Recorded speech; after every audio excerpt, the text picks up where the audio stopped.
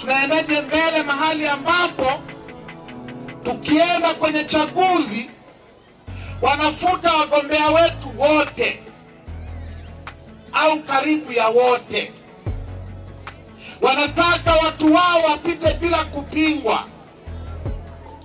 Tunaendaje mbele?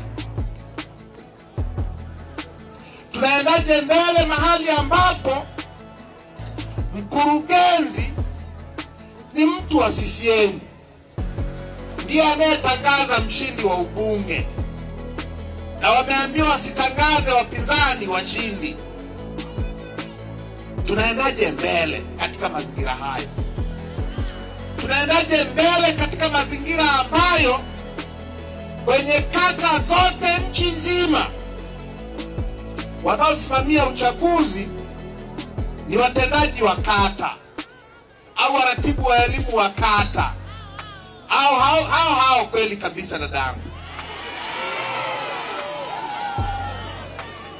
Tunaendaje mbele mahali ambapo kwenye kila kituo cha kupigia kura na kuhesabia kura wanaohesabu kura na kutangaza washindi ni hao?